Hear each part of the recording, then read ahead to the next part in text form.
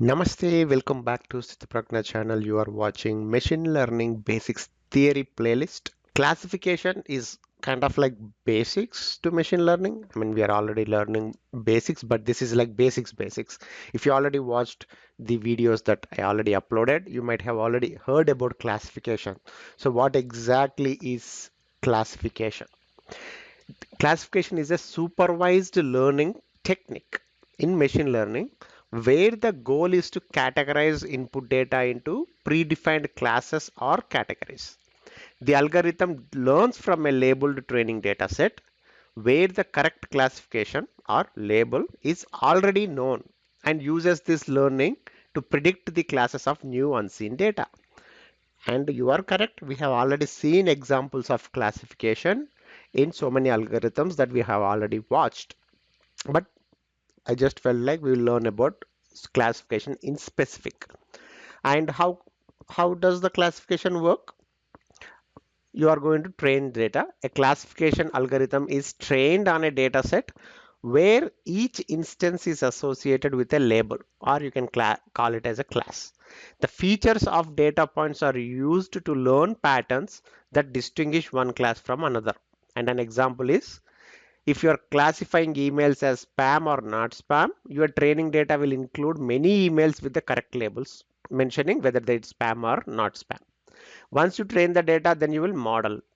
The algorithm processes the features of the training data and tries to learn the relationship between these features and the corresponding labels.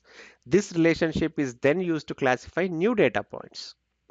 Okay, and some of the algorithms like logistic regression, decision trees, support vector machines, k nearest neighbors, neural networks can be used for classification, and we have already used for this in our examples in previous videos.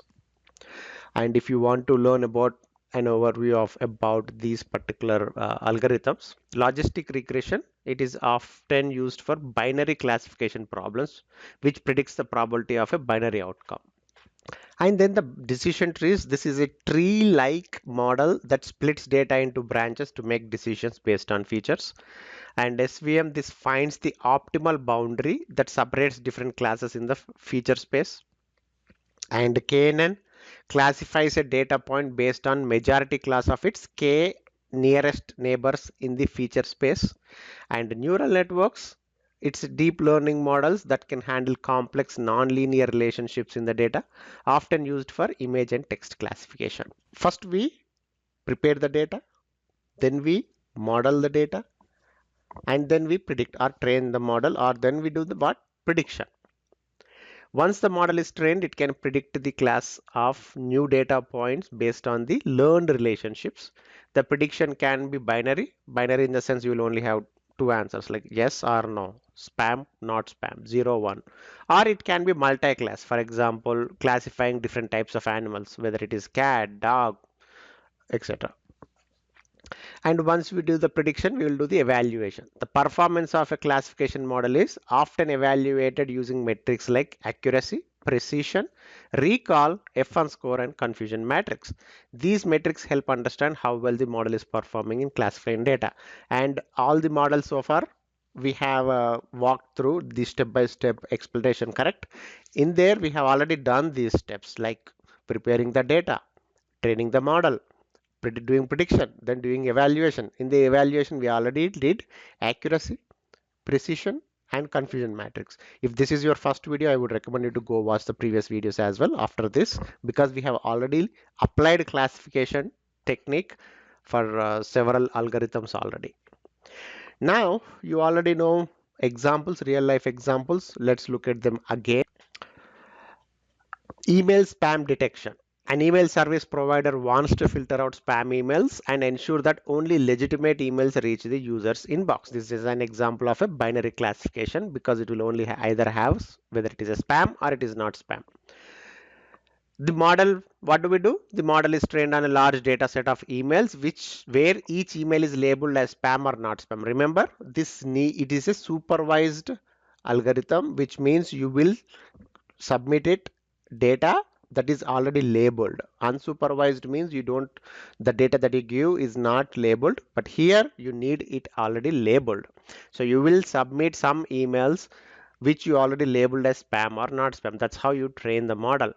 And the model might use features like the frequency of certain words, the presence of specific phrases, the sender's address, and the structure of the email.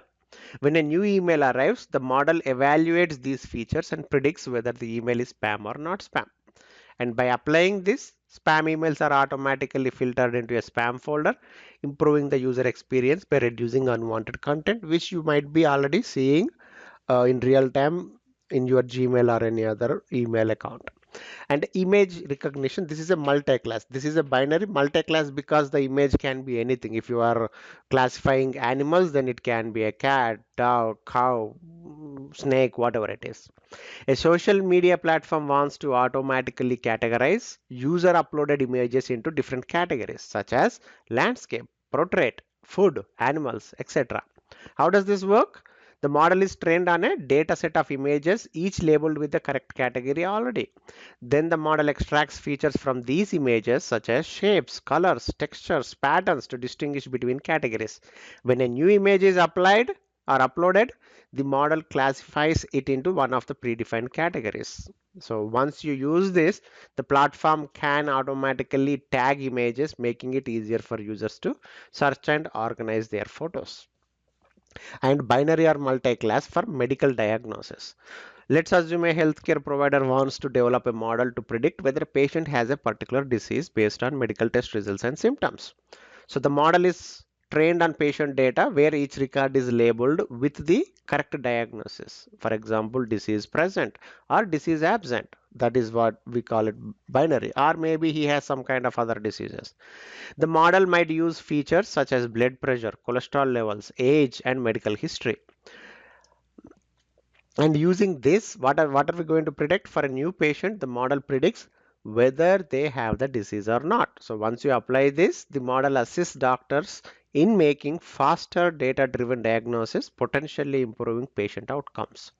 And customer segmentation, it will be a multi-class classification.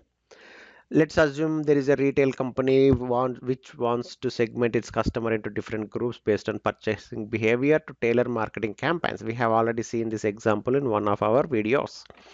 The model is trained on customer data where each customer is labeled with a segment. Let's say loyal customer, occasional buyer, bargain hunter. Yeah, behind the scenes they actually do this. The model might use features such as purchase frequency, average spend, and product preferences. And the model classifies new customers into one of the predefined segments. And the outcome is the company can target each customer segment with personalized marketing, increasing engagement and sales. I am kind of like a bargain hunter because whenever I play video games, unless and until it's my favorite video game, I don't pay the full $69. Instead, I will wait for sales until they come to either $20 or something, and then I buy it. And finally, the sentiment analysis. It can be either binary or multi-class classification. Let's assume there is a company which wants to analyze customer reviews to determine the sentiment expressed, positive, negative, neutral. And we have done this example as well. The model is trained on a data set of reviews where each review is labeled with the sentiment. The model might use text features like word frequency, presence of specific keywords, and sentence structure. And the model predicts the sentiment of new reviews. The company can quickly gauge customer satisfaction and address issues proactively. So the evaluation metrics for classification that we have shown previously and which we are already using, the accuracy metric, the proportion of correctly classified instances or the proportion of correctly classified instances out of the total instances, that's the accuracy. And precision, the proportion of true positive predictions out of all positive predictions made by the model. And then the recall metric, the proportion of true positive predictions out of all actual positives in the data set. And then we didn't use recall metric, F1 score metric so far. F1 score, the harmonic mean of precision and recall used when the class distribution is imbalanced. And finally, the confusion matrix, we have seen this. It is a table that summarizes the performance of a classification model by showing the counts of true positive, true negative, false positive, false negative predictions. And then in summary, before going into summary, let's go and look at one more step-by-step example explaining us the classification model technique. And of course, I'm going to pick an awesome example here. In this example, we aim to predict whether a patient has a certain disease, let's say disease X, based on medical diagnostic data. The goal is to classify patients into two categories: disease and no disease based on features like age, blood, blood pressure, and cholesterol levels. So first step is collecting and preparing the data. We gather a data set with several features and a target label, the presence or absence of the disease. The data set might look something like this. You have the patient ID, age, blood pressure, cholesterol, and whether he has. See this, we already labeled it. That's why this is called supervised machine learning algorithm. In this data set, you can see this and yes or no's for which is a label indicating whether they has disease or not. So once you have that, you will split data into training and testing set, obviously, because once you train, you need some data to test if the model that you trained is actually working or not. Because how would you know if it is actually performing? So let's say if you have 100 records, you can put 80% of the data used to train the classification model, and then 20% used to evaluate how well the model performs on unseen data. Okay, so training set 80% and testing set 20%. Now, when you want to train the model, of course, you need to pick an algorithm, right? You can pick algorithms like logistic regression, decision trees, support vector machines to learn patterns from training data. Let's assume we use logistic regression, which predicts probabilities for each class, disease or no disease. Remember, when we discussed about it, we said it is a binary classification. So yes or no. So this is perfect, right? It's perfect in our case. Then let's say, okay, first step, as usual, you prepare the data. And second step is you will train your model. And then third step is evaluation or model evaluation, correct? After training, we evaluate the model using the testing data. The model will predict whether each patient in the test set has the disease or not based on their features, which we already discussed. Like you can see here, testing data is age, BP, cholesterol. Actual label is no, predictor label no. Same thing for this, no, no. So which means our model predicted 100% with accuracy. And once you evaluate, the fourth step is what? Performance metrics, right? Going through performance metrics to see how well it performed and whatnot. What are the some metrics that we have seen? First one is what? Accuracy, right? Which measures the proportion of correctly diagnosed cases out of total cases. Let's say if the model correctly diagnosed 95 out of 100 patients, what do you call the accuracy? 95% is the accuracy. And the second one we said precision and recall. Precision is the proportion of patients diagnosed with disease present who actually have the disease. Let's say if the model predicted 50 patients as having the disease, but only 45 actually have it, correct? 45 have it, but this predicted 50. So the precision is what? 90%. You get it right? Because it only accurately predicted 45. The remaining 5 it predicted inaccurately. That's why the precision is 90%. And then the recall, this is the proportion of actual disease cases that are correctly identified by the model. Okay, so if you say there are 60 patients with the disease and the model correctly identified 54. Okay, so you might get confused between precision and recall.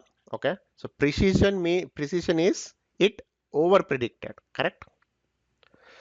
It over predicted. Only 45 have disease, have it, but the model predicted 50. So now you call this 90% precision. Okay. Whereas recall, 60 patients have disease, but the model only predicted 54.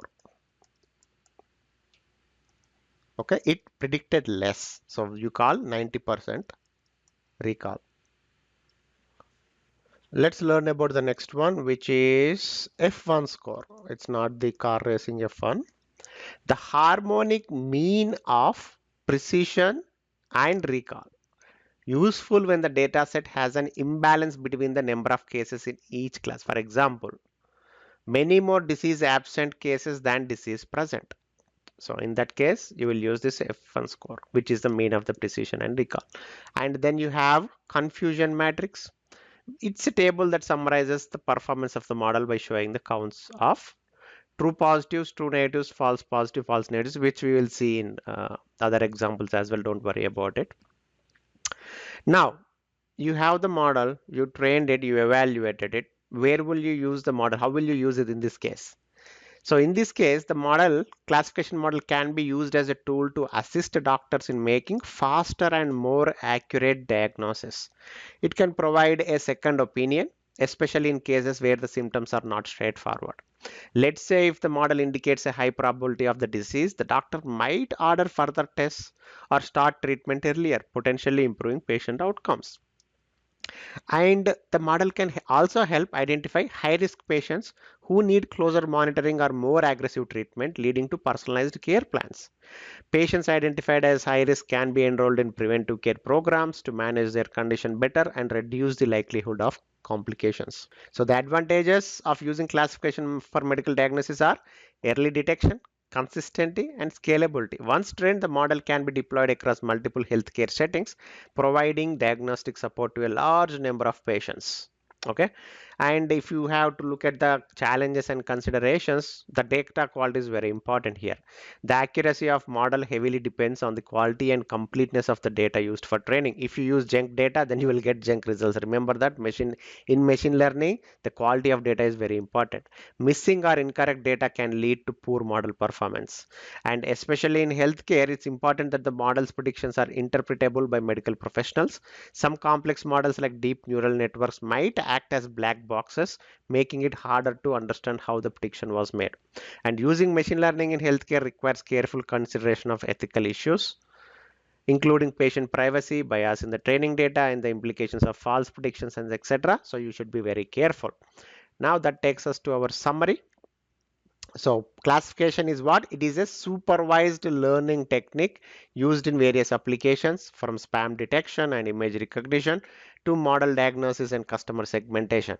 By learning from labeled data, classification models can automate decision-making processes and provide accurate predictions across industries. So that's about classification. You might already know about this, but I just wanted to put it there. I hope you enjoyed this. If you did, don't forget to subscribe, like, comment, and all that awesome stuff. Thank you very much for spending your time here and watching this video. See you in the next video. Have a great day and peace out.